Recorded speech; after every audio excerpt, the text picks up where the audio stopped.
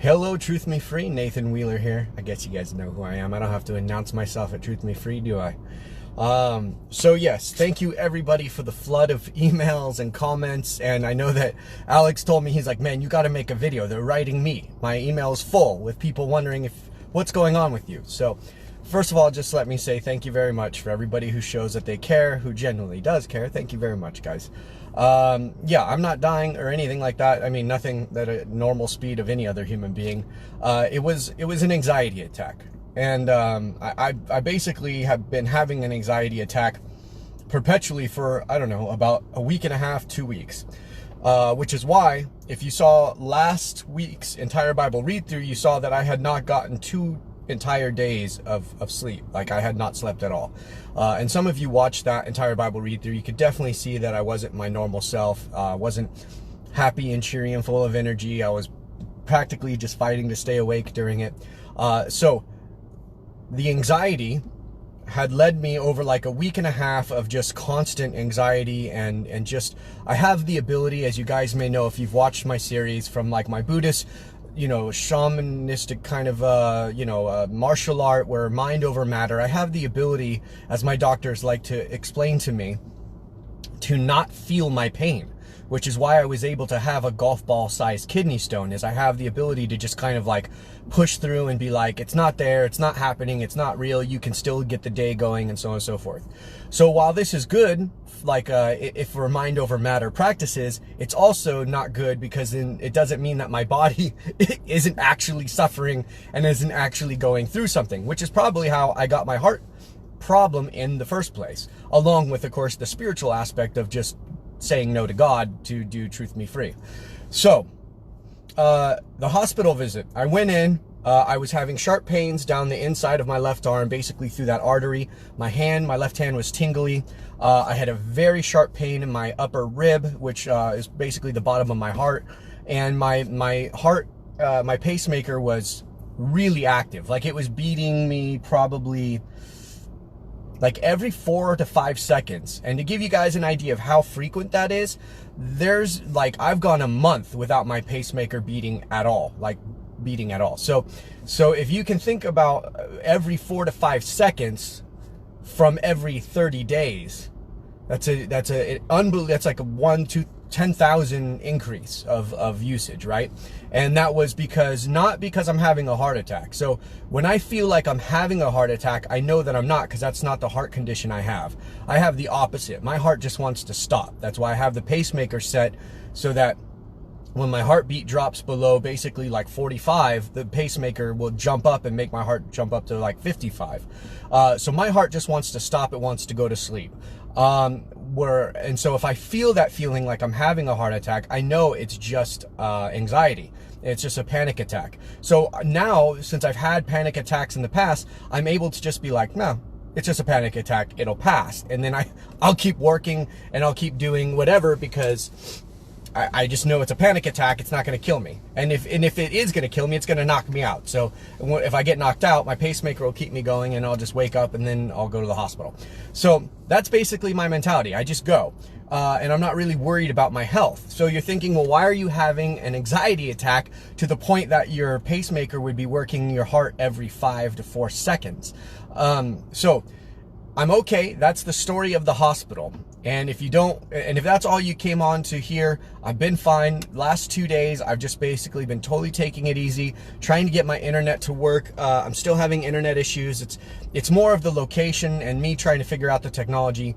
So that's what I've been doing, just chilling, taking it easy. They did give me some medicine to kind of relax me. It really worked. I've got 2 really good nights of sleep. It's been amazing. I love it. I love sleep when I can get it. It's like my favorite thing in the whole universe, aside from what, God gives us.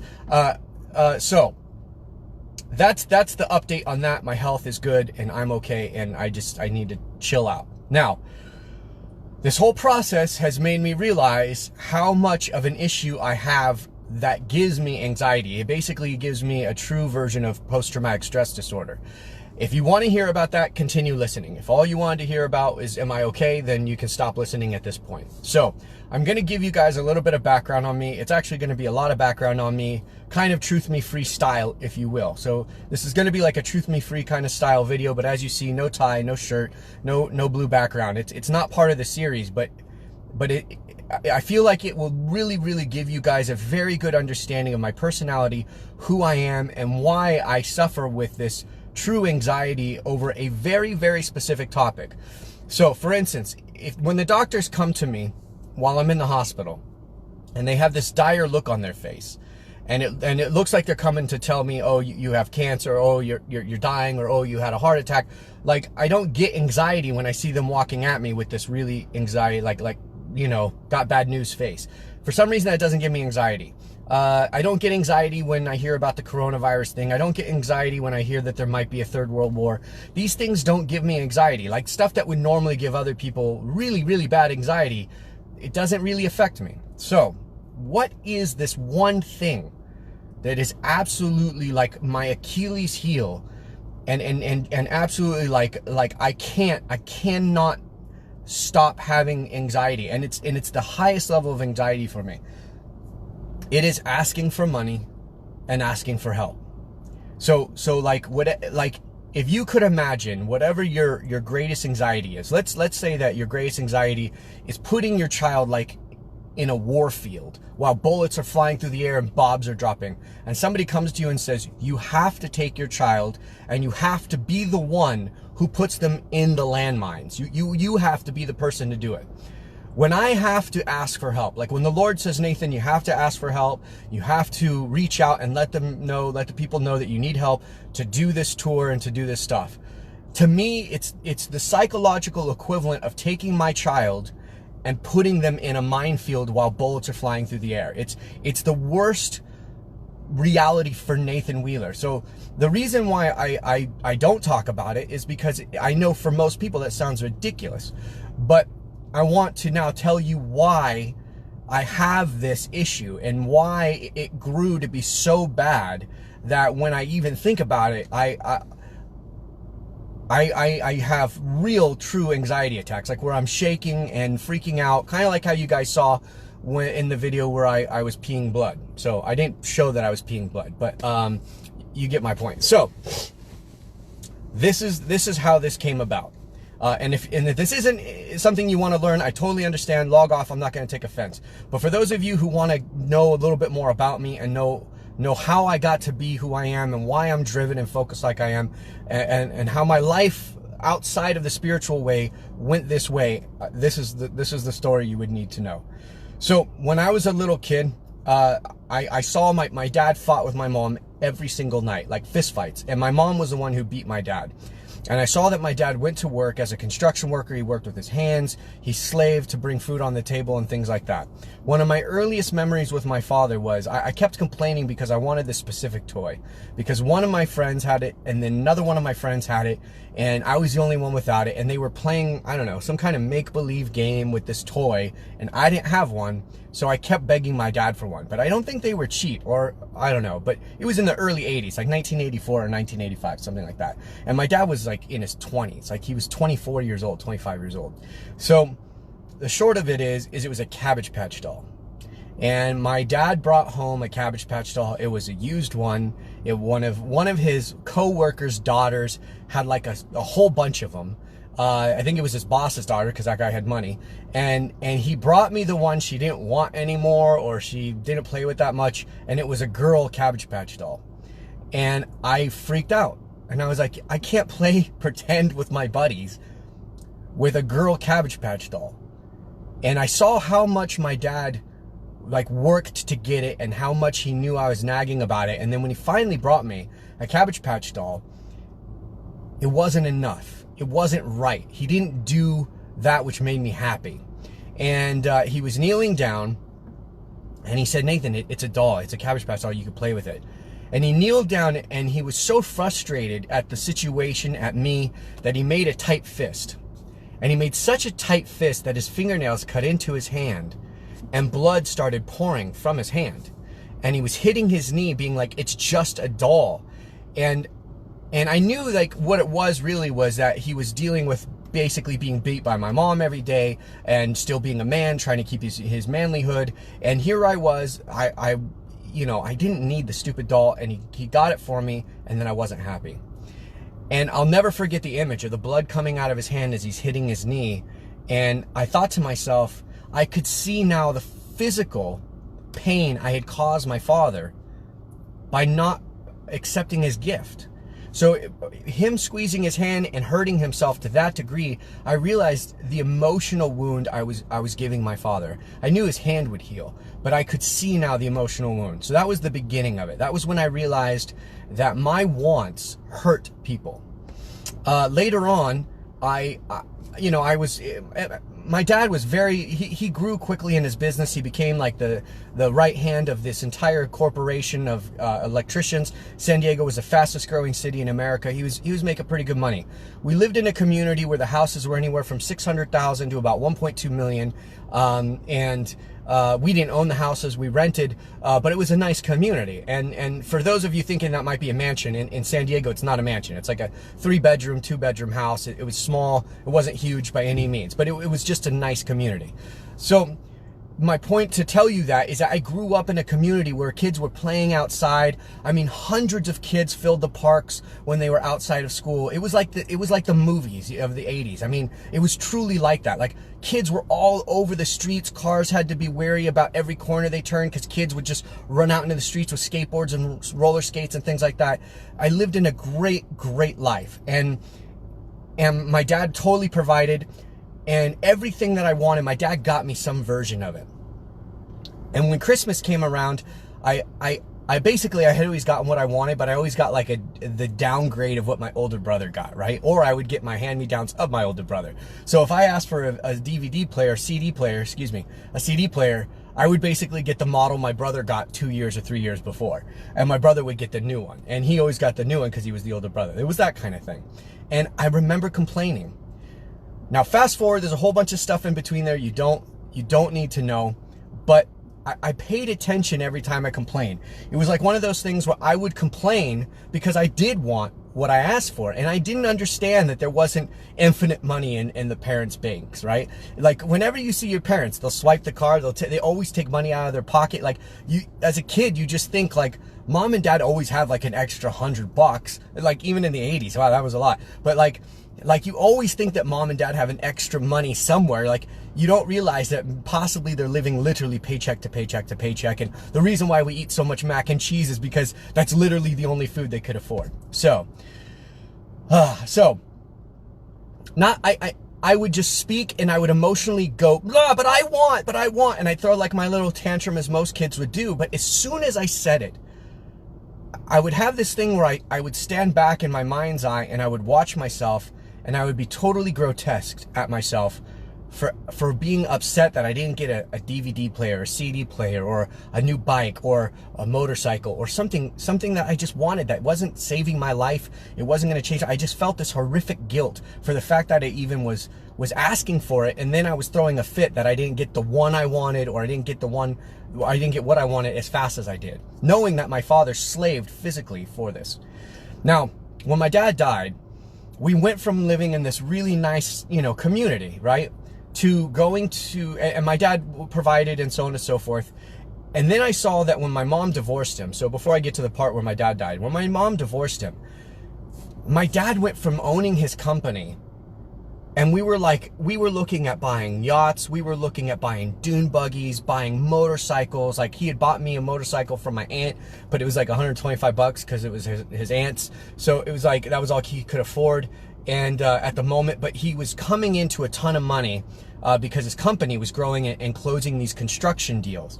And as soon as the construction deal finished, they would get the other part of their payment, and then we were going to be rich. So this was right at the end of my dad's marriage with my mom. Then she made him quit that job, and he had to go back to work at his old job, where he started off when he was 15 years old sweeping, and worked his way all the way up to vice president of the company. From a boy who swept, he worked his way all the way up to a guy who swept, to the vice president of the company, providing our lifestyle in La Jolla, California. This basically like Beverly Hills on the water, but we were on the poor side of La Jolla, like not with the mansions, like just normal homes, but still very nice. My mom made him quit that and said, if you don't quit, I'm going to divorce you, because she didn't like his business partner. So he had to leave all his shares. He couldn't sell his portion of the company. My mom gave him an ultimatum to just quit the business, completely walk away. And because my dad loved her so much and loved family so much, he did it. He quit. And 2 weeks later, she divorced him anyways. So she reduced his income from what he had worked his whole life to, being at the point where he could finally buy yachts, finally buying dune buggies and RVs and take trips all around the world, to now he was basically making like beginning journeyman money, maybe like $58 an hour, where before maybe he was making like $300 an hour, $250 an hour. And then now he had 2 homes he had to provide for, 2 homes he had to pay for. And then he had to pay her like alimony for the kids and all that kind of stuff. I just saw my dad's world get completely destroyed for a man who literally took a beating in the face every day. He literally like took the shame and all these things, and like he still put on a smile. He still was the most loving, most nice guy. He cared about everybody. When any of my friends were kicked out of their house for doing drugs, or, you know, got knocked up a girl or something like that, they always came to stay and live with us. We were that house. And my dad put another plate of food on the table. And he never complained. He never made me say, Nathan, you know, we don't have this. I'm sorry, your friend can't come. No, he never made me feel guilt. He always made me feel like there was more money in the bank. Everything's going to be okay. But then when I saw towards the end of his life, when my mom kicked him out and he was doing these 2 things, I saw a defeated man. Like, I really saw a defeated man, and I realized there was absolutely nothing I could do. And I was so mad that my dad let my mom get the best of him, that I was so mad at my dad for quitting his job instead of divorcing my mom. I wish he would have just divorced my mom and kept the business, and because she wasn't a nice person anyways. Like, she was physically abusive and horrible. It didn't make sense why he loved her so much and put up with her for literally 25 years or something crazy like that. And I just couldn't understand him. I mean, he was a strong man. He wasn't like a weakling man. He wasn't a pushover. But my mom was his world, and the family was his world, and he would not break up the family. It doesn't matter what you did to him. Cut off his arm, slowly peel the skin off of his bone. It doesn't matter. He wouldn't be in the family. Like, that was the kind of guy he was. So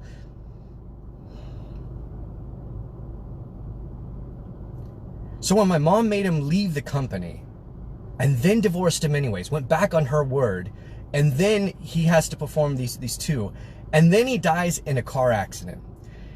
And the last thing I ever said to my dad was that this motorcycle that he bought for me was from the 70s.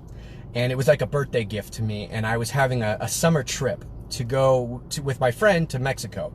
And they had gone to Mexico like 2 to 3 years in a row, but I could never go with my friends because we weren't in the money yet to get the motorcycles yet. Like, we weren't there yet, but we could have been there if my mom didn't kick my dad out and divorce him. We would have been there. I would have had the best bike, the best truck. I would have had the best of everything. My dad was going to be like, he was coming into that much money.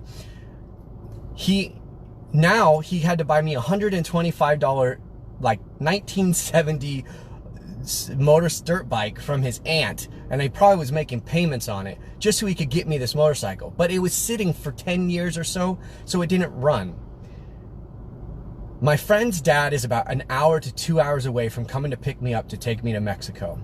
And my dad has been out on the weekend from work in this horrible new life that his wife had basically put him in. He's trying to balance happiness with 2 worlds, a broken family, and he's out in this garage from morning to night trying to get this motorcycle ready for me. The very last words I ever said to my father before I got into my friend's dad's truck to head to Mexico was, why couldn't you just buy me a better bike? You're gonna ruin my trip. I don't understand why you couldn't have done better. And it was like I was complaining to him because this motorcycle he bought me, and he had spent so much time fixing and making sure it was working, and he got it working literally at the moment that my friend's dad showed up to pick us up. And that was the last thing I ever said to my father. He died in a car accident the next Sunday. When I got back on that Sunday, basically, that Saturday, he died the next day in a car accident. I never got to see him. I never got to say I had a great trip. I never got to tell him, you know, anything about how much fun it was and how great the bike was. The last thing I said to my dad was, you didn't do good enough, just like the doll.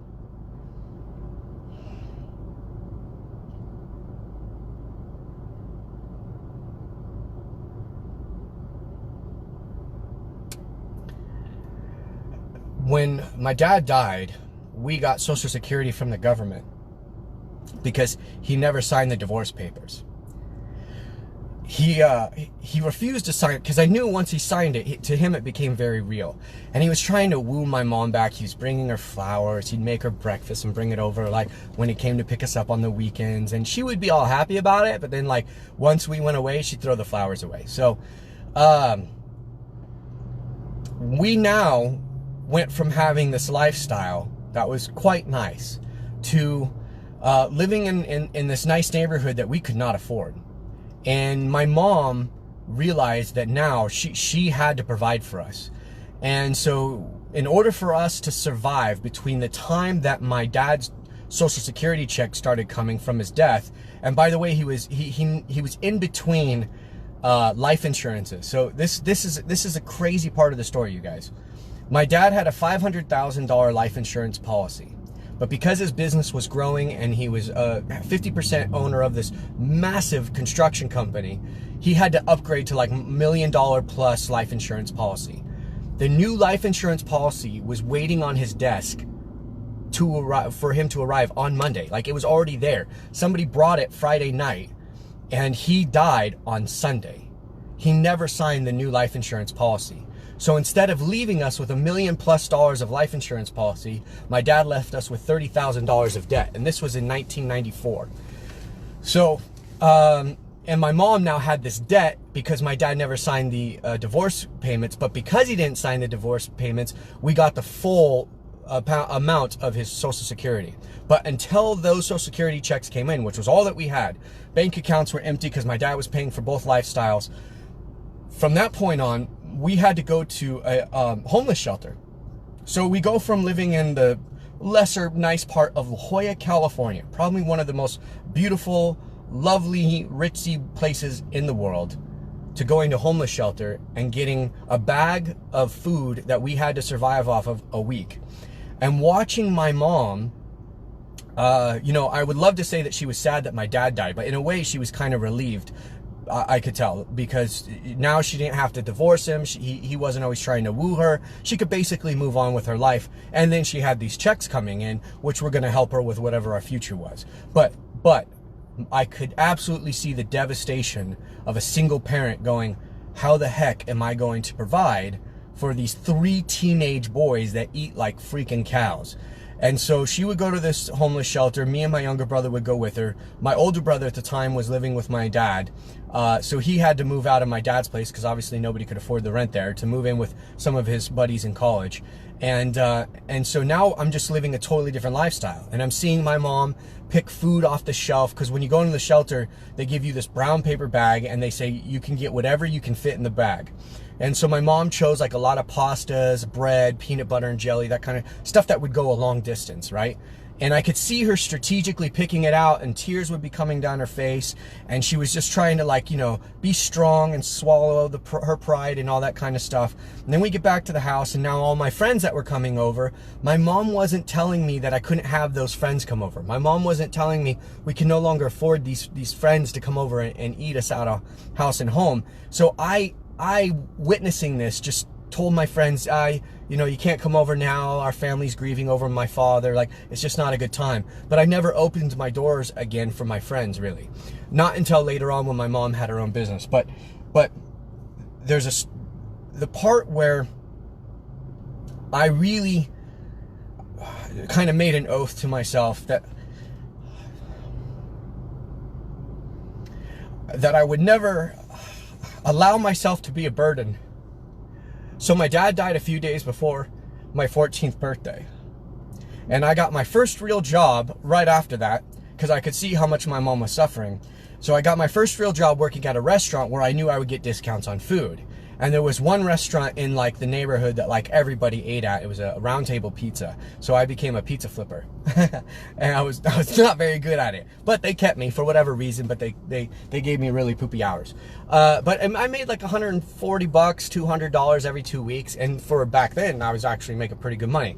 I would give my mom a couple bucks for groceries, or I would buy groceries at the store and just bring them home and things like that. So I was contributing. And whenever my mom would ask me what I wanted for my birthday, I wanted nothing.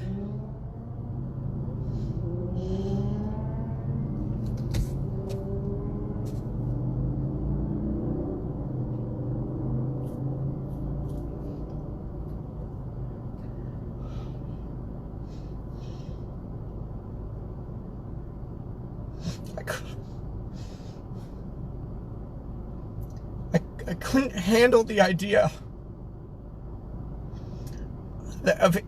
of anybody giving me anything. I couldn't handle it. So, if there was anything I wanted, I worked hard to get it. I started acting full time. I knew that if I could be an actor, it would take one TV show, take one movie, I could buy my mom a house, I could pay for my brother's college, I could make sure that my younger brother was taken care of, I could make sure that like the whole drug thing going on in our family wouldn't be there because you know, they're trying to deal and cope with life and the fall back from the pedestal that we all fell from. And I knew that if I took the skills that God gave me and I pushed really hard, I could succeed and pay for it all. And that never left me. It never left me. So at 17, I started my first business. I had no mentor. I had nobody to show me how to do business. I only knew how to do two things. I was a martial arts instructor for Kung Fu that I had started doing since I was 16. Some of you may know that. And I was an actor, and I was trained by some really amazing people as a kid. So what I realized that I could do is I could open up basically my own acting school / martial arts studio in my mom's garage. So I paid my mom. She kicked me out of the house because I was a financial burden. And she had reduced down to a 2-bedroom apartment. So me and my brother shared one room. My mom, of course, had her room. I just slept in the living room, knowing it was just any day now. Once I got out of high school, I was going to have to find a place to live on my own. I didn't know where I was going to live, but I figured once I got out of high school, it would be a nice transition. But me and my mom got into a fight. She hit me, kicked me in the balls, and said, you know what, you're a financial burden. You're not graduating high school. Why don't you just leave? So at 17 years old, my mom kicked me out of the house. I had nowhere to go. So I stayed on my grandmother's couch for a little while. And I went back to my mom and I said, listen, you need money. And you have this garage thing going on with the apartment. Like this was an apartment that had a garage. I guess it's a townhome is what you would call it, a townhome. Because it was like an apartment but it had a garage. But it was like very, very small. I mean, very small. I would say my guest house that I was living in was probably 2/3 of the size of this thing. So they reduced massively to just this. And my mom says, your dad's checks are going to start coming in like 2 months anyways. So, you know, you're not really providing, you're not paying rent. So why don't you just go and leave now? So I left at 17, and the only thing I could do to make money was to basically, I was working part-time for actually one of my mom's ex-boyfriends as a graphics designer and web host maker. This was when websites were brand new things. And that's actually how I learned how to do all this graphic stuff. And then I also had another job doing car sales. And I was like the best car salesman in the whole lot, but I was making poop money. Like for as many hours as I was working, I was making poop money.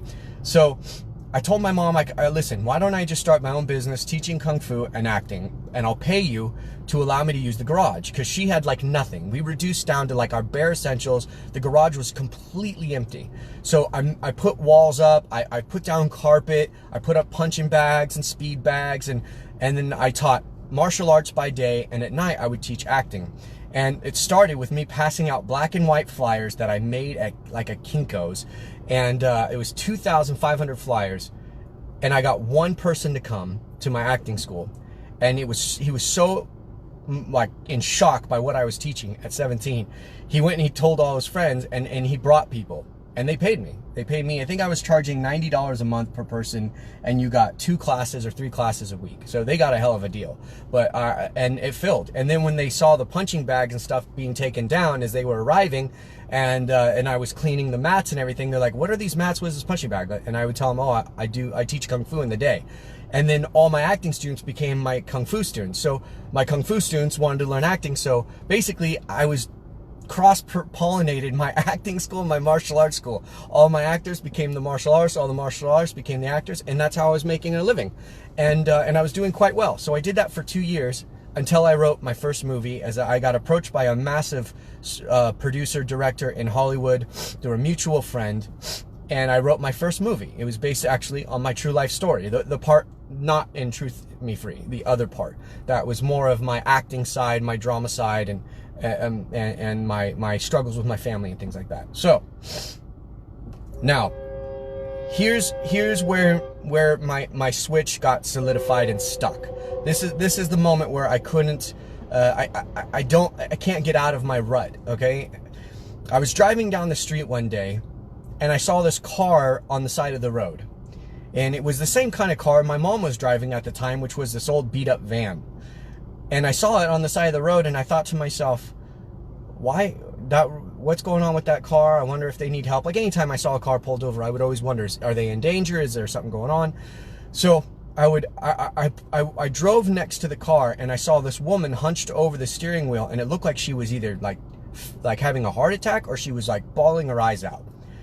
So I pull up behind the car, I get out, and it turns out it's my mom. I open the door, and my mom is sobbing, like absolutely losing her mind. She was absolutely having like a midlife crisis or a mental breakdown, like a real one. And if you've ever seen anybody have one of these, it's really rough to watch. So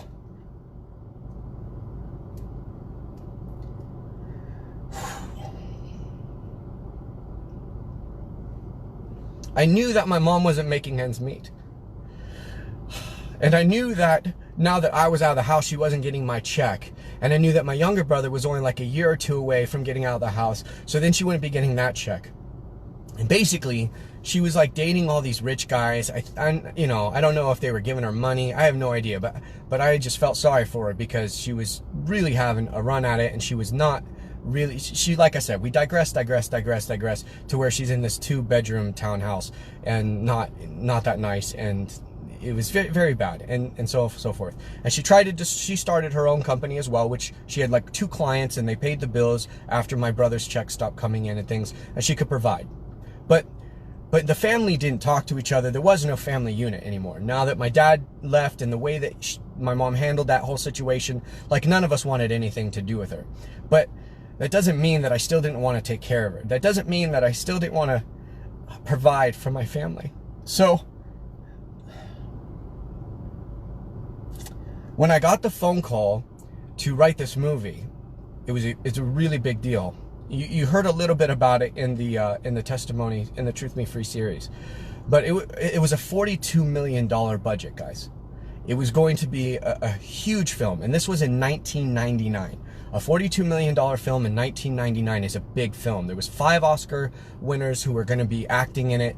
I was playing myself in it. We had the same crew as Steven Spielberg and James Cameron. So it was like a massive deal, you guys. And I was sitting here thinking this was my manifest days, right? I'm seeing my mom having this breakdown in the car. I start focusing on my manifestation skills I was learning through shamanism and New Age. And I'm thinking to myself, that's it. I'm going to do it. I'm going to get successful. I'm going to bring the universe to me, and I'm going to make a movie, and my career's going to start, and everybody in my family is going to be taken care of. And it happened. I got a call out of the blue from one of the biggest producers in the world.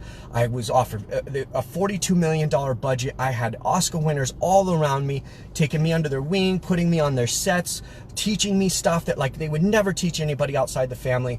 And I just thought that was it. I had done it.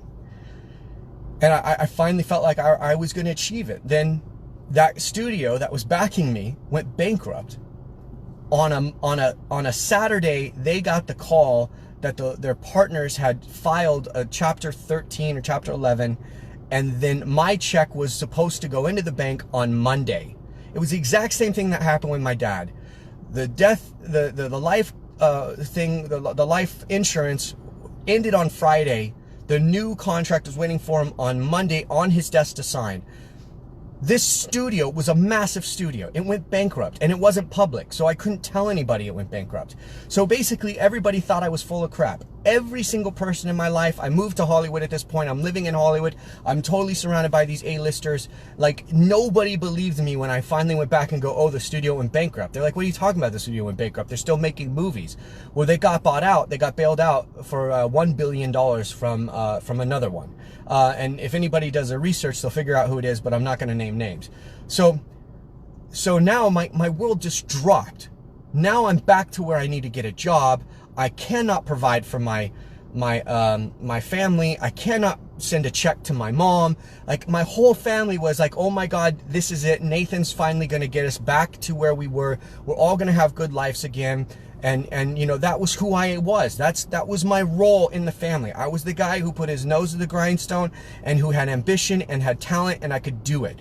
And so now it failed, but I didn't give up. I went back to my manifestation, and we found another investor, but she was going through chemotherapy, and she agreed to give us $25 million. She agreed to give us $25 million. She talked to all the actors and got them to take back in points so we didn't have to pay them up front. And she brought the budget from 42 down to 25 million. She was going to finance it herself. She was a billionaire, and she wrote $15 million every year for arts, right? But movies is a 100% tax write-off. I don't know if you guys knew that. So if you invest or you donate to a movie, you get 100% of those pennies completely written off. So she was going to donate 25 million this year, and I was getting all 25 million. Normally she'd break it up. So she was saving my movie project, and she was going to be on set. She was going to figure this all out for us. She already talked to all the actors and everybody, and everybody agreed. And then she died. She didn't make it. Her immune system got weak from the chemotherapy, and she died. And when her kids inherited her money, they knew about the agreement, they knew about the movie, but they wanted nothing to do with giving any of mom's money away, because now they had divided up, I think, between 3 siblings. So I lost my money again. And this was like over a course of 2-year, almost 3-year point. And now all the actors that I had, like I said, they were Oscar winners. They were now booked for like 3, 4, 5, 10 years into the future. So now here I am. I was this close again. I got the yes again. And now I'm back at nothing again. So my family went down, then they went up, then they went down, then they went up. So I was just like, I don't know what to do. And at this very same time, the job I did have, which I was working to, the owner was selling the business, which was that nightclub where I was the general manager. And at the exact same time, this was the time that my fiance, her dad, was calling the cops saying I had her tied up in the closet and crazy stuff like that. And the SWAT came to my house. So I'm fighting with my fiance's dad, trying to get everything copacetic with them so we can move forward with the wedding. I'm trying to make ends meet. I got to find a job. I'm trying to keep my entire crew of like 100 Oscar winner level people on board and willing to do the movie, even if now it's 4 or 5 years out. Everybody's like, it kind of seems like, you know, you were the golden child. This thing came together in like 3 months, but now it's been like 2.5 years and we can't seem to close the deal. You know, maybe you're actually the unluckiest person ever. And so, you know, if you get the money, then come contact us. We'll see what we can do, but we can't stay along for the ride. Rightfully so, they have to fill their schedule. They can't just stay open for Nathan. So I lost my production. And then my 2 producers I hired actually went behind my back and tried to steal the script from underneath me. They tried to rally everybody. They got another investor and they tried to steal the script from me. So now I don't know what to do. I'm losing my job. I failed at becoming the man I should have been. My dream didn't manifest as I manifested it to be. My fiance is basically like losing her mind because her parents are pulling us apart. So the only thing I think I could do is I was going to go into business with her family. I thought we'll move next to her family. We'll move like right in the same neighborhood as them. I'll go into business because they were web hosters. So remember my first job when I was like 13, like between 14 years old after pizza flipping to about 17 years old was I was working for one of my mom's ex-boyfriends as a web developer. So I kind of knew how websites work and hosting worked. And it was like an easy fix, I thought. I had $10,000 saved up. I knew that if I had given her dad $10,000, he could make me my own website where I was basically white labeling his pre-existing business. He was successful. He's making like at least like $80,000 a month, even though they were living like in the middle of nowhere, but they had been sued long ago, and they did like blue collar or white collar, whatever the rich people crimes are. So they were paying off a crazy amount of debt. So even though they were making bank, they were living like super low class. And so we moved back to that neighborhood out in the middle of the desert of nowhere. And I thought that this would be great. I thought, you know, I'm solving all the problems. The parents will see that I want to be a part of the family. My fiance will see that I'm making unbelievable effort. I'm leaving my dreams. I'm leaving LA. I'm basically giving up on that. And I need to recoup, because it's the emotional turmoil I took on from my partners trying to steal the movie from me and telling everybody I was full of crap. Was like, it was worse than losing my father.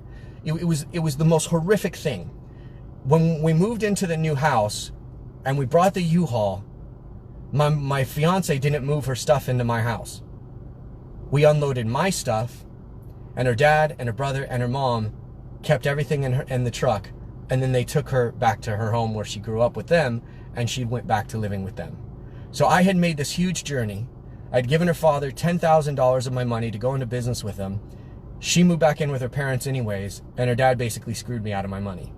And then he broke us up. And like I said, I basically had to lie to her eventually, because she wasn't standing up for me. She was believing all these crazy lies. They were telling her that I was going out to strip clubs with her brother, and then I would take 2 strippers to a motel, have sex with them, offer him to come in with us, but he stayed in the car.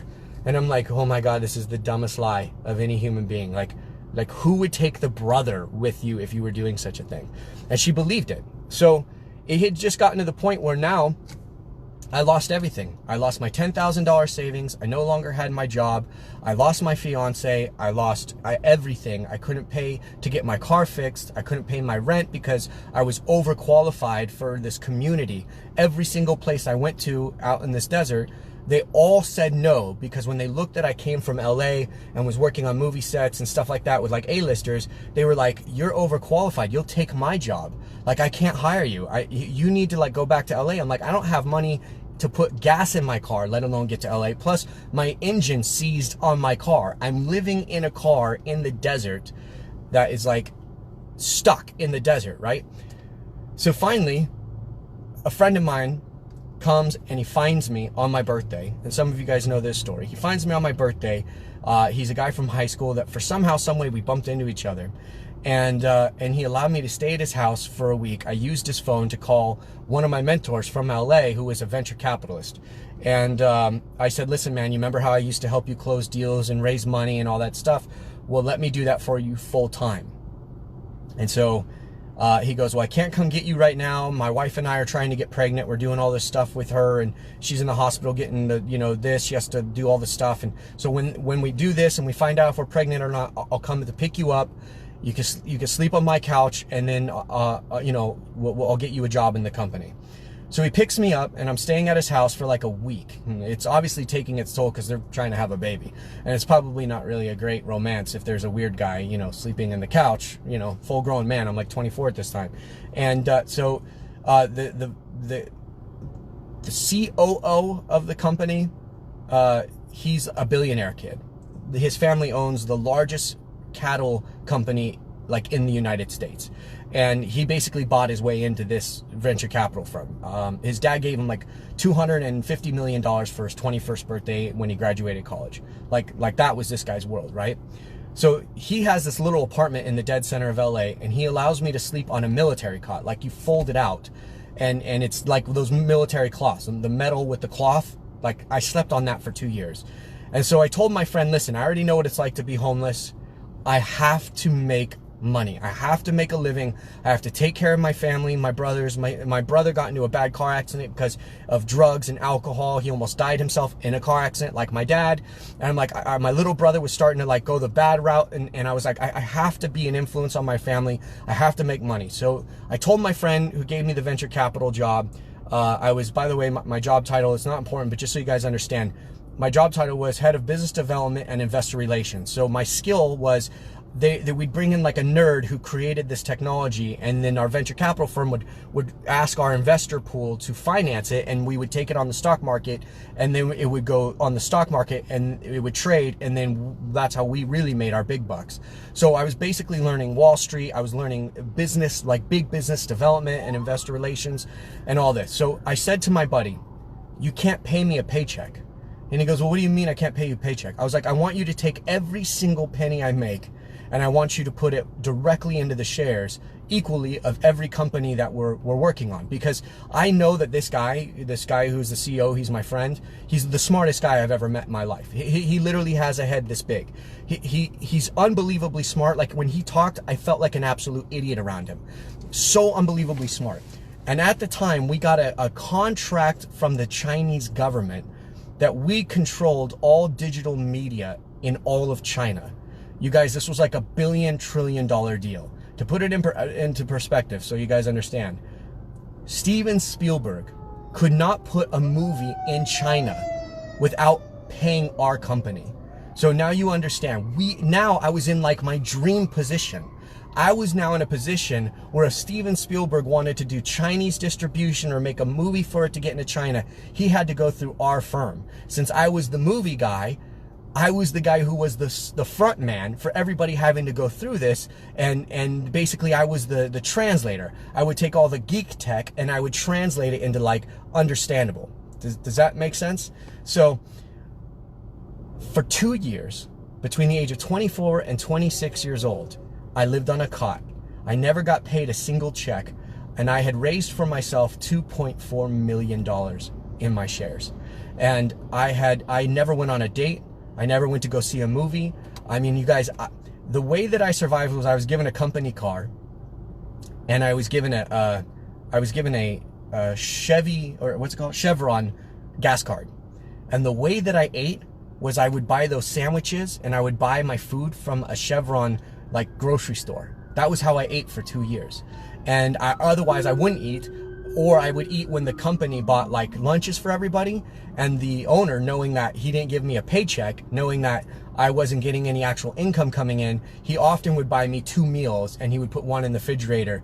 And there was many nights where I actually slept at the office, in his office, because he had a big office with a big couch. And so at night, when everybody went home, I would literally just stay at the office and I would sleep there. And sometimes I wouldn't like shower for like 2 to 3 days. So I would do sink showers, where I would just shower in the sink around 5 a.m. before everybody, you know, got there. Actually, I guess it'd be like 4 a.m. because the stock market opens at 5 California time, something like that. So this was how I lived for 2 years, because I had put my nose to the grindstone again. I said, I'm going to do it. I'm going to get this money. I'm going to be the man who saves the day. I'm going to take my skill set. I got the smarts. I got the drive. I have the ability to do this. On July 19th, 2007, I was about to get my first check from my shares. It was a $250,000 check. It was one of many to come. And I didn't have to liquidate all of it. I could have kept it and it would have kept growing. But the COO, who was a billionaire, whose family is the largest cattle ranch family in the United States, when he saw the Chinese deal go, he bought all the open shares. He bought everybody out but the CEO. He basically became the majority shareholder. This is the guy whose room I was living in. He had a library in his little apartment. I was living in his library on this cot. But like I said, the guy was worth like hundreds of millions. His family was billionaires. So even though he's in this little apartment, he was just living humbly. He bought everybody out, and he did a hostile takeover, and he was so greedy he fired the CEO. He didn't think about it because at the time he had a very heavy drug problem, like a really bad drug problem. He would go on drug binges, like, you know, he would just travel to like Bahamas, not tell a single soul, do tons of drugs and party for like an entire month, and nobody could fire him because he was the 4th largest shareholder in the company, and he was the one who financed everything. If we ever needed like extra money to like basically bring on a deal or to close the China deal, he was the one who just wrote the check. It made the whole company work, so they couldn't fire him. He does a hostile takeover. He fires the CEO. And the CEO was the guy that everybody who was using this venture capital came to him because he was the brains. He was the genius. He was the Doogie Howser. He was the House MD. He was the guy you went to because that was the company. Everybody else in the company just helped him. He was the genius. And this billionaire kid fired him. And the Chinese government, being that they're the Chinese government, pulled their contract. What were we going to do? Sue the Chinese government? They don't care about international law. So we lost basically the foundation, the center pillar of our entire business was this Chinese government contract, and we lost it. So 7 days before I could cash my first $250,000 check, everybody's stock, when the Chinese government pulled their plug, all the other people pulled their plug, all my shares went to zero. I spent 2 years of my life grinding and grinding and grinding, sacrificing, not doing what any other 24 to 26-year-old kid in LA is doing. I never had a drop of alcohol. I never did a drug. I never went on a date. I never saw a movie. I never went bowling. I had zero life. It was during this time that I was going to churches 3 times a week. I was using the company car and the company gas card, the Chevy card or Chevrolet card to Chevron card to fill up the gas. That's how I was going to church 3 times a week when I visited those 1,000 churches, trying to find one that matched the Bible, but didn't find one, obviously. So now I'm back to being completely broke. I had about $10,000 to my name again, and my mom had gotten remarried, and I met the guy at the wedding. He was a very nice man, and she invited me to go up to their new house in Oregon. So I went up there with her to meet with her. I stayed there for like a week, and I fell in love with the town. It was Bend, Oregon. It's absolutely beautiful. And I decided to take this $10,000, buy camera equipment, and just shoot an independent film. I needed to heal myself. I needed to heal myself from what happened in Hollywood with my A-list film. I needed to heal myself what happened with my fiance. I never went on a date after her. I needed to heal myself from the money I lost and the 2 years of my life that got pissed away, and the 2.4 million I had just lost. So I was like, you know, I'm going to do something fun. So I tell my mom, I'm like, hey, what I'd like to do is I'd like to stay, maybe mend our relationship, and you know, maybe me and you can get things right. I'd like to stay. They had a 4-bedroom, two-story house. It wasn't super nice. It was still humble, you know, but there was enough room for me. And so they had an extra room, and I offered to pay her some rent. And it came down to where one night my jacket got stolen at a restaurant. Her car keys were in the jacket, and she accused me of being insensitive. She punched me in the face, headbutted me in the nose, and kicked me in the balls again. And that was it. I was just like, this was supposed to be like us getting back on good terms, and now you're doing to me what you did to my father, and I'm not going to have it. So lucky for me, once again, strangely enough, somebody from my high school was in that town, and I bumped into him like 1 week before this, just like the guy who saved me when I was living in my car. I bumped into him like 1 or 2 weeks before I basically ran out of water in the car I was living in, and he found me and allowed me to stay at his house to kind of let me get back on my feet. Well, my buddy Justin was living in Oregon. I bumped into him, and he now allowed me to stay on his house because I was already in like pre-production for this film, and I didn't want to stop. I needed it. And he was a really positive, nice guy. His mom and had money. They came from money. Like I said, they were the La Jolla people. They moved to Bend, and they had money. They were doing good. So they allowed me to stay rent free. It was unbelievable. And I tried to contribute, you know, clean and help out, but they just liked having me around. Really, really nice. It was like a year of healing for me. No joke. So I shot this film, and it was part of a film festival that was like one of the fastest growing film festivals. It was getting all sorts of acclaim. There was these celebrities coming into town that I was meeting, and it was kind of like just being back in Hollywood, but it was on my terms. And it felt good. And then the last location of my movie shoot was at a guy's house who was a total cokehead. And he thought people were stealing stuff from his house. And so he wouldn't allow us back into his house. But we had already shot like half of the end of the movie. So we shot like one of the final fourth of the movie already in his house. And he says he was having like one of his coked out trips, and he thought everybody was like basically ransacking his house, and said somebody stole one of his watches, which nobody stole one of his watches. I know for a fact because there was only 3 people allowed in his bedroom: the cameraman, the light man, and then like me. And I watch these people 24/7. Nobody stole stuff. I think he just realized he doesn't like having people all over his house. So he kicked us out. I couldn't finish the film. So all this money, all this whole year of my life I put into it, now the film is incomplete. I can never complete it unless I reshoot at a whole new house, but I don't have the money anymore. So once again, I did the work. I did it. I gathered it. I wrote the script. I did everything. I casted it. Every single thing I could do, rug got pulled out from underneath me. I couldn't take it. So I prayed to the Lord, God, what do you want me to do? And I hope you guys are not bored by this, but this will all make sense of all the kind of characteristics you see that I have, and why the whole asking for money thing is like truly the worst scenario. And you're going to learn something about Truth Me Free in this video. So hopefully you'll stay tuned for this. I get back to LA. I have to go back to LA because it's the only place where my skill set is going to make me any kind of money. I moved back in with another buddy from high school. He is staying in an apartment, and he has an extra room, and his roommate is about to move out. So as long as I can get a job in time, I can take over the rent. But it's not cheap. It's like my cut of the rent is like $1,000 a month to rent a room. Gotta love LA, right?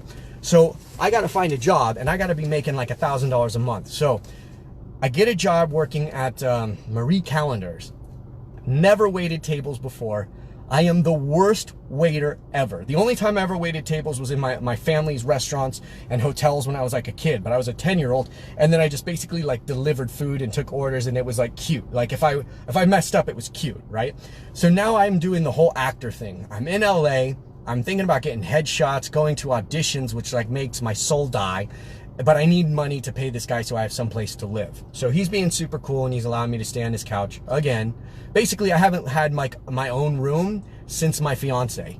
Since then, I've basically been homeless. So from 2004 now all the way to 2007, I've basically been in a perpetual state of a couch, and single, and not having a life at all.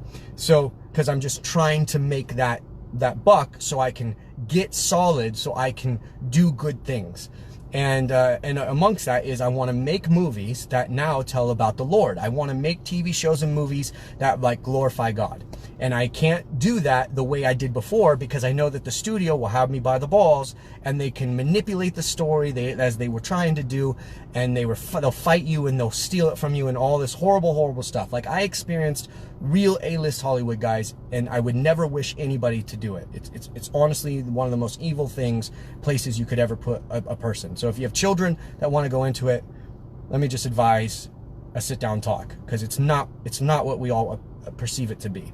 So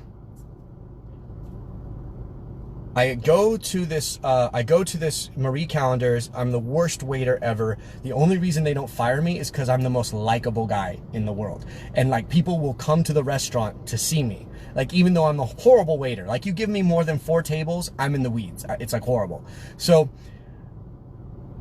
I had to come up with another source of income. So I started teaching my friends how to act, because I was trained by Oscar winners when I was making that movie. Like I was literally trained. Like they would tell me how to move every little nick and cranny. Like I was taught Oscar winning techniques.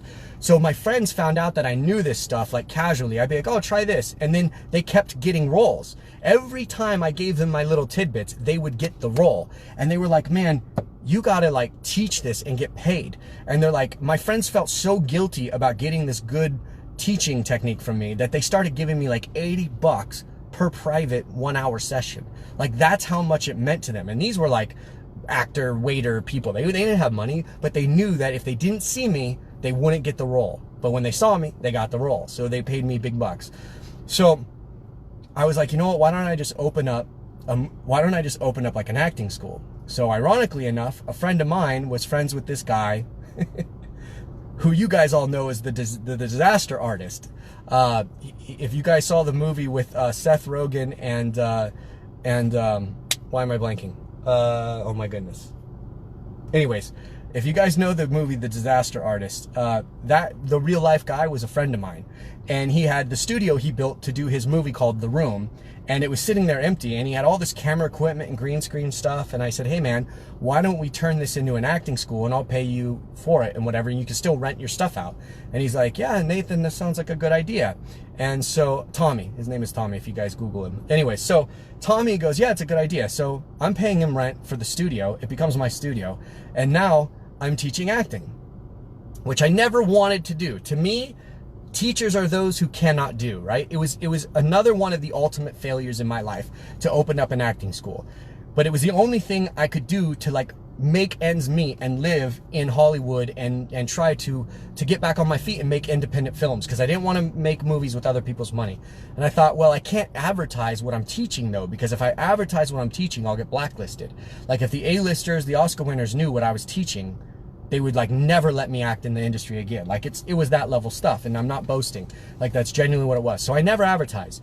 I had grown the school to 450 students, you guys. It was amazing. I was making really good money. I was offering like, for people that were like really driven, really working hard, maybe they were already working actors, I was offering, what are they called? Scholarships and things like that. Like it was a big thing. Never advertised once. I was working like 3 days a week with the school, and it was just the biggest blessing. At the same time, I was part of this group called God's Chosen Men. It was a Bible study group that we had actually out of my living room.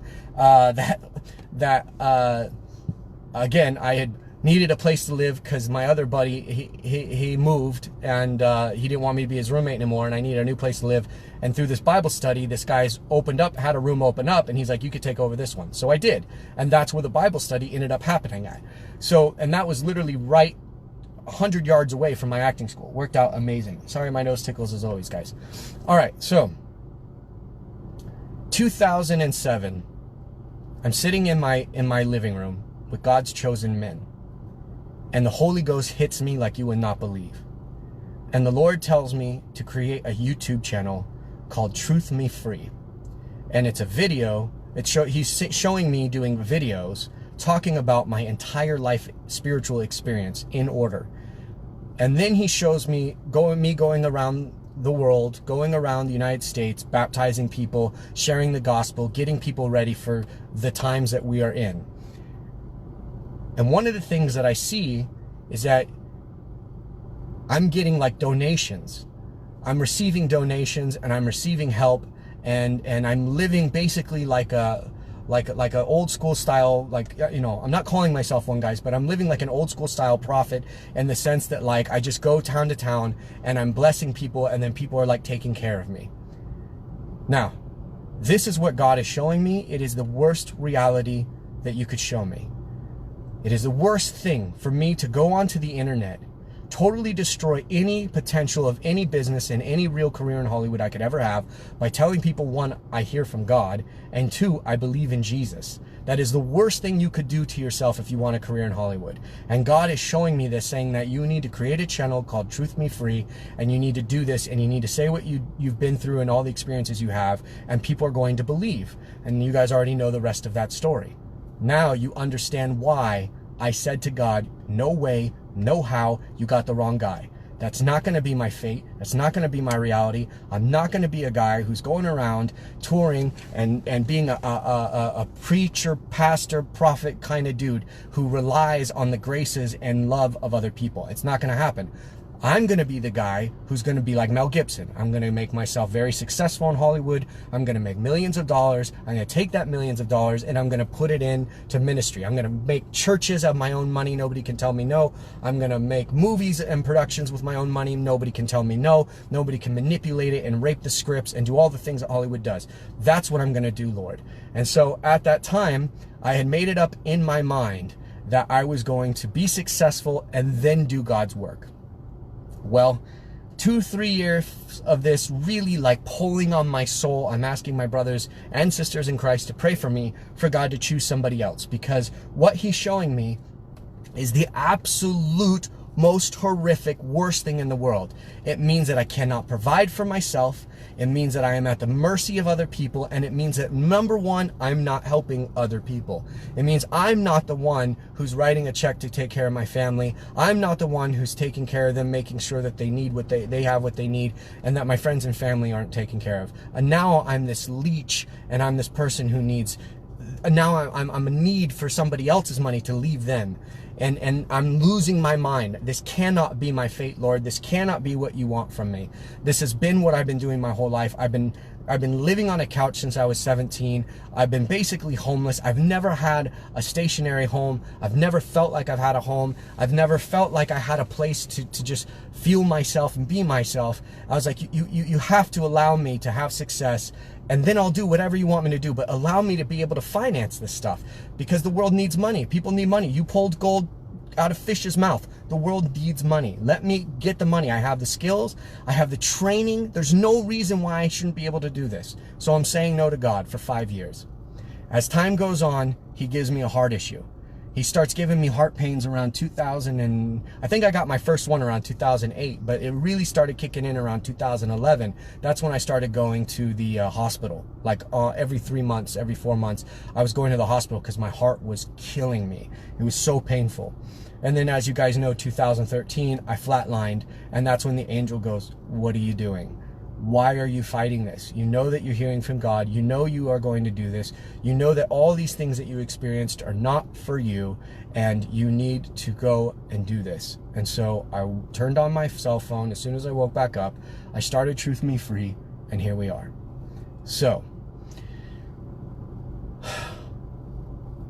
when I had to post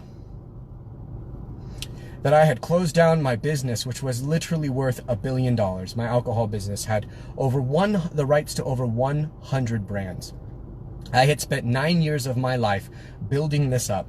I had closed a deal with MGM Resorts International to be their well vodka for all 9 casinos in Los Angeles or in Las Vegas, and their golf courses and hotels around the world, including the one in Macau.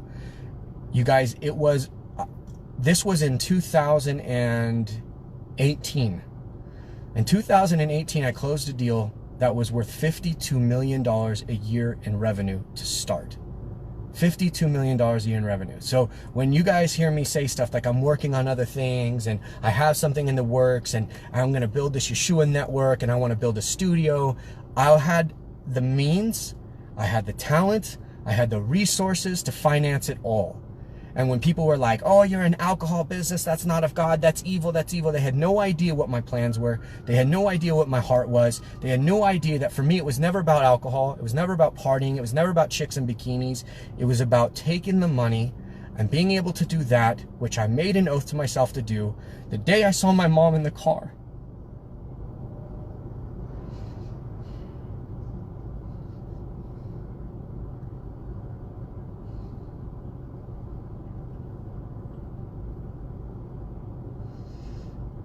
And when I contacted my manufacturer and told them that I closed this deal, I found out that they were going bankrupt. They had fired 50% of their employees. They went from 365 employees down to like 150 employees. They could not fulfill the order. They didn't tell me that they were going bankrupt. They didn't tell me that they were closing down their stuff. They didn't tell me that the deal I just signed, which was going to change everybody's life around me, everybody who invested in my company was going to be rich. Everybody was going to make like crazy like bandits, and everything I worked for was going to work out. It was all perfectly going to work out. But they didn't think I was ever going to close that deal because it was impossible. I was going up against companies like Diageo and Constellation, which generate $20 billion a year in revenue. And my little company that was at the time maybe generating around $150,000 to $200,000 a year in revenue, we beat them. We beat them. And we got the biggest alcohol contract of any alcohol contract you could get in the whole world, guys. The whole world. I got it. And now I had to go back to them and say, I can't do it. My manufacturer can't actually do it. And now I had spent $1.2 million in advertising. I had spent all this time, like it was equivalent of $1.2 million in advertising, but it was all elbow grease, all hard work between me and my family, my Blackhorn family, people that also invested. They put their hard work in, their blood, sweat, and tears. It was their chance to get ahead. Some of them have like disabled children and they have no absolute way to ever get out of work. They're going to die working in order to take care of their disabled children. And finally, I was going to be able to be the guy who provided that way for them to now do that. So not only was I not, when this all fell through, I not only failed the promise I made myself to my family and my personal friends, but the 60 people that were working for me in my company, they just lost everything as well. Some of them lost like all the money they had saved. Some of them lost 2 years of their life they had put into helping build the company. And now I'm $400,000 more in debt than I was from the $300,000 from my heart issue and from my hospital bills. And I just lift up my hands and I'm like, Lord, what are you doing? And of course he's like, I didn't say at any time that you were going to have money. I didn't say at any time that you were going to be touring and having a whole bunch of money and being able to buy a super fancy RV with a super fancy truck and just take your leisure and do this. This is how things are going to go. And I had a choice at that moment, you guys. I had a choice. I could do what I always do, which is get back on the horse, save my company, go out and get another deal, get another manufacturer, get back on the thing. When I went to Arkansas, I was looking at land. For some of you, you know, I went to Arkansas. I was looking at land to build my own distillery. I had investors on the side who were like, yeah, I'll give you like $2 million to build your own little distillery. You can start making your own stuff that you control, and then you can go and do it all over again. And I went to Arkansas. I was going to do it. And then I realized it doesn't matter what I do. I've already learned my lesson. When I fight God, I lose. When I fight God, I'll end up where he wants me to be anyways. So I surrendered. God, when do you want me to go? He's like, go now. And then I had already been looking for trucks and RVs to do the tour because I knew that it was coming. And he's like, go now. So then I start looking online and I see the RV. And it was literally the RV I saw from 2007 when he first showed me. And that was the RV that I'm in right now, you guys. And then I find out the woman is a believer. I find out that she's selling it in a divorce, which kind of, for me, it may not make any sense to you, but for me, it ties all the way back to what was going on with my dad when this whole demise of my life started. So her divorce was kind of like her being able to sell this RV, which would help her and her kids, me being able to get the RV from her, and it fits what I believe was shown to me for the tour. And then I know that it's putting food on the table for her. It ties all the way back to my mom. It ties all the way back to when my dad died. It ties all the way back to where we were in need. And it just felt so right to me. And then everything starts moving forward. And then I have, again, $10,000 put aside to put a down payment on a truck. And then as the RV comes, I realize there's a whole bunch of stuff that I need just to be able to survive and live in it. Ironically enough, that takes up my $10,000. If you guys saw that video series on Truth Me Free. And then I'm out the $10,000, but I have to live, whether I'm touring or whatever. I'm in the RV now. This is now my home. This is where I live full time. I was paying 2 rents until I could fully move in. I burned through all my savings, and now I'm totally tapped out, which leads me to the worst thing that I could do, which is I had to post for help on the truck. So it all started, this reason why I was in the hospital 2 days ago was because I had to post about the need to help with the down payment for the truck, you guys. The day I posted the post for the GoFundMe for the truck, I had a 4-hour panic attack. I laid in my bed, I shook, I felt like I was gonna faint.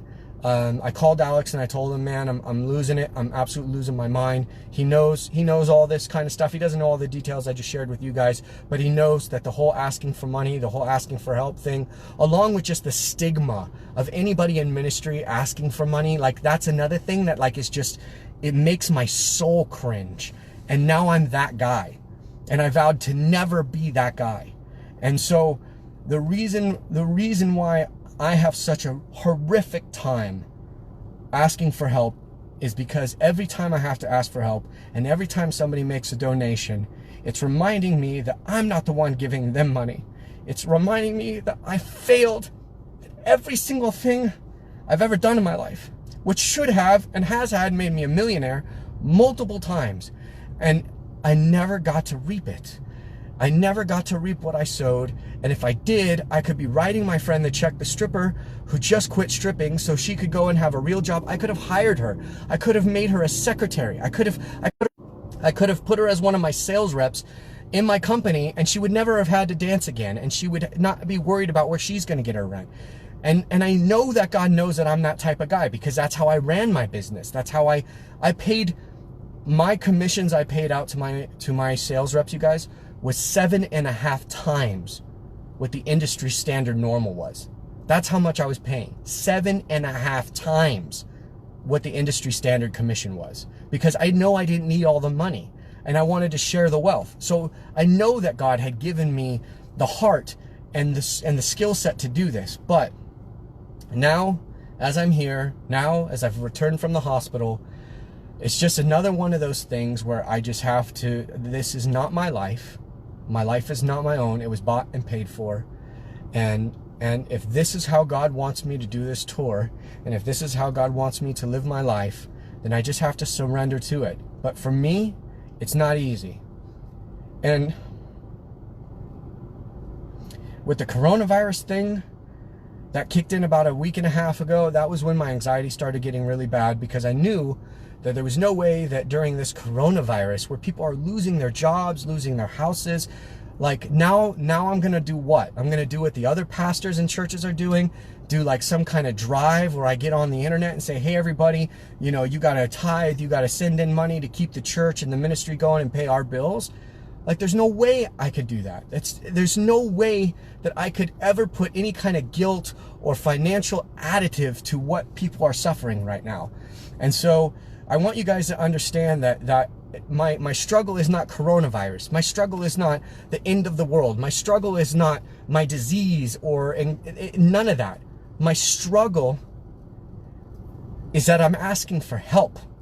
My struggle is that I can't do what I know I'm totally capable, have the skill set, have the training, have the background, have the resume to do on my own. I should be able to do it on my own, but it is God's blatant, obvious will. Things every single time, it's things out of my hands. It's nothing I did wrong. It's not that I had a drug issue. It's not that I had a drinking issue. It's not that I made a bad business choice. It was every single thing was completely out of my hands, and that's that. And that means, in my life, that means that it's God's will, because He's sovereign. There's no reason that I shouldn't have picked up my check for the movie on that Friday. Then the company went bankrupt on a Monday. Instead, the company went bankrupt on a Friday, and my check was going to be issued into the bank on a Monday. $42 million. But had that happened, you guys, I'd be a completely different person. I would be one of these Hollywood types. I would believe that I'm a god on earth. I would believe that I manifested my reality. I would be making movies about all that stuff, because remember, I was 19 at the time that this happened. So God is absolutely with me. God has absolutely blessed me in every single one of these failings, if you will. It had the deal gone through with MGM Resorts, I would now be swamped, totally and utterly swamped. MGM Resorts would be having no customers right now, so I would actually probably be in some kind of financial struggle anyways, because I would have a giant warehouse where I'm paying for thousands of dollars a month in storage, and MGM is sitting there going, we can't buy it. And I'm like, well, I've already spent hundreds of thousands, if not millions of dollars making it. Now I'm spending thousands of dollars a month holding it, and you're not going to buy it. And why? Because there's nobody in Vegas. There's nobody in the casinos. So I would have been in this situation even if the manufacturer could produce the product. Do you understand what I'm saying? So when you guys hear me talk about the money thing, when you hear me say that it's my worst reality, like I'd rather be in war, I'd rather be suffering from something else, I'd rather any other reality in all the universe, in all the world, than the one where I am a financial burden, or I am not the one who's taking care of the people around me. That is the worst of my reality could possibly be. It's why, since I was 17 years old, I have been working every day to get to be that person. And I've lost 20 years of my life, 21 years of my life, and I'll never get those years back. And I was chasing something that was never going to manifest, because I refused to surrender and listen to God. So now when I say that I surrender, and I have a peace about me, and I have a joy about me, and I have, like, I'm just so unbelievably happy when I surrender to God, I'm telling you the truth. I'm telling you the truth because I'm no longer fighting. But the thing I can't get out of my head, like I said, it's a post-traumatic stress disorder, like authentically, truly, like a real one.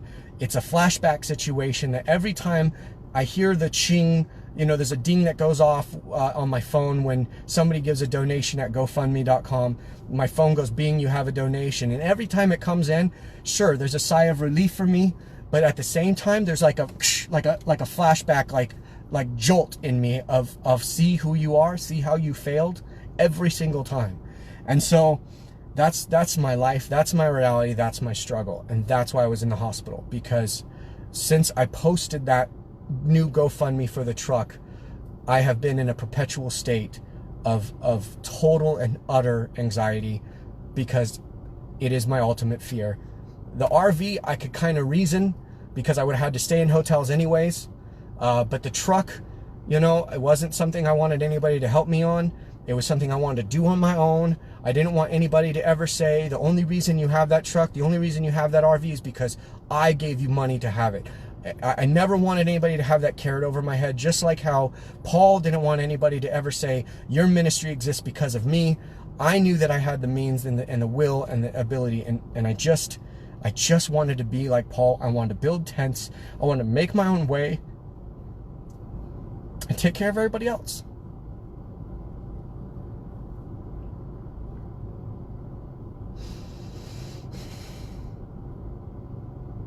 So that's another side of my story. And that's what my anxiety is about. So it's not, I don't have anxiety about anything else in the whole world, guys. My heart, my health, kidney stone, I never have anxiety about that stuff. It doesn't bother me. I mean, it's not even a featherweight of anxiety for that. But the other thing is my devil. So there you go. Thank you.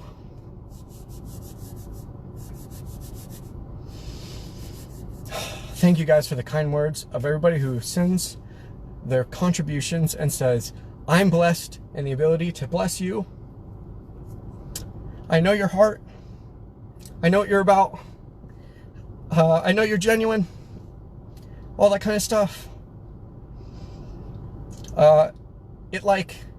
It gives me a moment pause,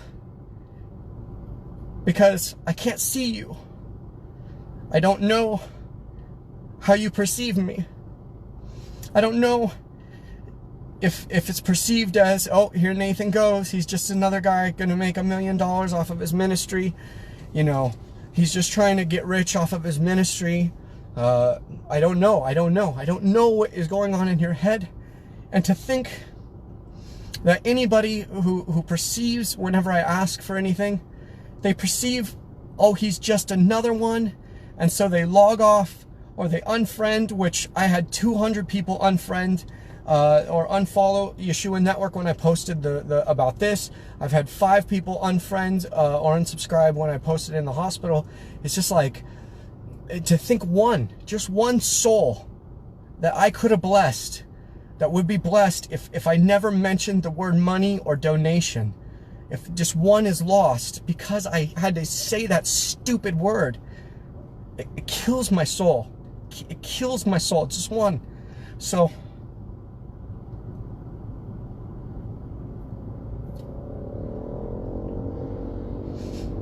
I know for some of you it may seem like not a big deal. It may like I'm blowing it up out of proportion.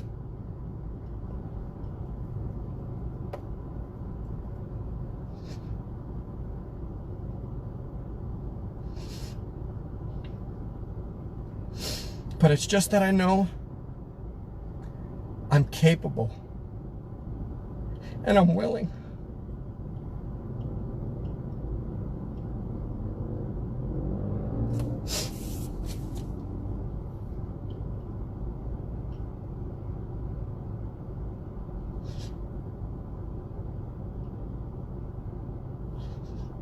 So, thank you very much.